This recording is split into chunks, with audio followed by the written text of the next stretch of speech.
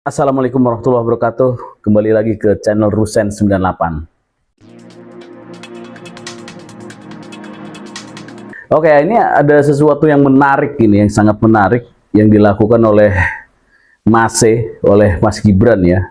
Jadi ketika sebelumnya ya beberapa hari yang lalu partai-partai menggiat dengan mengadakan deklarasi dalam event-eventnya mereka ya, mendeklarasikan Prabowo 2 periode. Nah, ramai kan, viral. Kemudian tanpa disangka-sangka ya, Mas Gibran ya, di akun Instagramnya, di medsos Instagramnya mengeluarkan pernyataan yang saya pikir ini yang saya tunggu-tunggu, ini yang kita tunggu-tunggu gitu ya selama ini, yaitu menyatakan mendesak ya anggota legislatif untuk mengesahkan rancangan undang-undang perampasan aset. Dan Mas Gibran bicara ya harus segera miskinkan koruptor gitu ya. Nah, ini pernyataan yang saya pikir sangat luar biasa, ini sangat luar biasa. Kemudian apa analisis dari Rusen 98 ya? Ya, lagi-lagi saya disclaimer nih dari saya akan memberikan tanggapan ya terkait dengan peristiwa ini ya, peristiwa politik ini ya, supaya kita sama-sama tahu nih arah yang sebenarnya seperti apa gitu. Dan ini juga preferensi dari diskusi-diskusi dengan para aktivis dan teman-teman organisasi tentunya ya, dan beberapa sumber-sumber yang saya tidak bisa sebutkan ya diskusinya. Oke. Jadi gini, dalam situasi politik sekarang ketika Mas Gibran menyatakan rancangan undang-undang perampasan aset harus segera disahkan, ya, itu ada dua pemikiran, analisis dari orang-orang politik. Yang pertama, apakah Mas Gibran mengeluarkan pernyataan tersebut ya, itu memang sudah atas izin Pak Presiden? Ya, yang pertama. Karena gini loh, ini kan ketika pernyataan itu dikeluarkan, itu ditujukan oleh siapa? Legislatif. Ya, legislatif itu adalah anggota-anggota partai. Di mana anggota-anggota partai ini adalah Korea-Korea, kalau kata Bambang Pacul, yang hanya nurut oleh ketua-ketua partai. Benar nggak? Artinya, sasaran tembak yang dilakukan oleh Mas Gibran adalah ketua-ketua partai. Ya. Agar apa? Agar mendesak anggota-anggotanya di parlemen untuk segera melakukan mempercepat prolegnas atau segera merapatkan atau mendiskusikan dan segera mensahkan rancangan undang-undang perampasan aset menjadi undang-undang yang sah gitu. Nah, sasaran tembak ini ketua partai. Pak Prabowo ketua partai. Ya. Dan selama ini yang menghambat rancangan undang-undang tersebut adalah partai. Karena apa? Partai itu semua sudah terjebak oleh keadaan masa lalu yang suram anggota-anggotanya ya. Nah, ini apa yang dilakukan Mas Gibran ini merepresentatifkan kemarin ketika beberapa partai mau main-main sama dia. Deklarasi Prabowo 2 periode, nggak menyebut namanya, bahkan mengusung orangnya sendiri. Ya, kita bicara ini akar politik ya, akar politik. Ketika akar politik ada yang mengkhianati, bisa saja itu terjadi. Mas Gibran melakukan perlawanan melalui pernyataan dia. Ceger, benar nggak?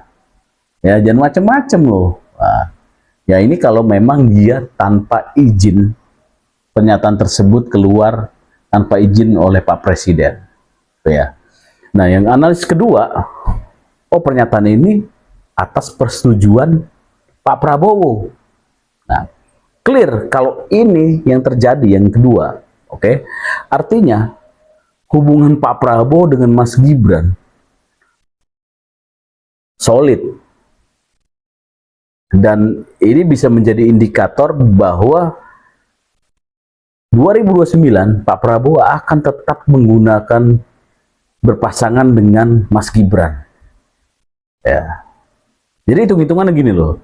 Ketika Pak Prabowo panggil tokoh-tokoh kritis, kemudian bicara oligarki, bicara reformasi ke Polri, ya, kemudian bicara mengenai purnawirawan atau jenderal-jenderal yang mafia, ya, bicara pengusaha-pengusaha yang mafia, tiba-tiba dia mengundang di Taipan, 9 naga datang. Ya. Lalu dengan tektokan Mas Gibran, wakilnya bicara di akun medsosnya tentang apa? Mendesak rancangan undang-undang perampasan aset. Gitu ya. Arti itu kalau memang ada izin presiden, berarti ya itu indikatornya mereka solid. Gitu ya. Karena dengan pernyataan tersebut, ya, itu membuat partai-partai hati-hati, ya kan? Partai-partai mulai bergetar, gitu ya. Nah, sekarang menurut teman-teman ya, nanti komen aja di mana di channel ini, menurut teman-teman yang ke satu apa kedua ini, ya, Mas Gibran mengeluarkan pernyataan ini itu hitung-hitungannya bagaimana, coba, atau punya pendapat yang lain gitu, punya pendapat yang lain yang mungkin bisa ada masukan ke saya sehingga kita bisa tahu nih arah situasi politik ini sebenarnya seperti apa gitu ya. Ya. Nah, lepas dari itu semua, ini juga salah satu jawaban mengapa partai-partai belum sampai 2029 sudah buru-buru mendeklar Prabowo 2 periode. Ya, karena partai-partai tahu, tokoh-tokoh politik ini tahu Pak Prabowo makin keras, Mas Gibran makin keras kepada koruptor.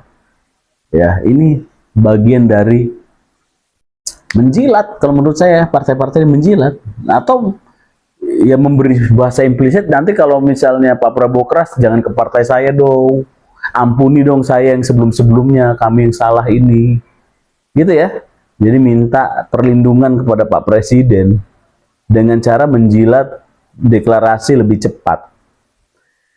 Itu juga analisis yang saya pikir masuk akal dan masuk logika. Gitu ya. Nah, sekarang kita tunjukkan ya ini kepada partai-partai ya. Woi, partai-partai, sadar loh. Yang merusak bangsa ini adalah kalian semua. Ya.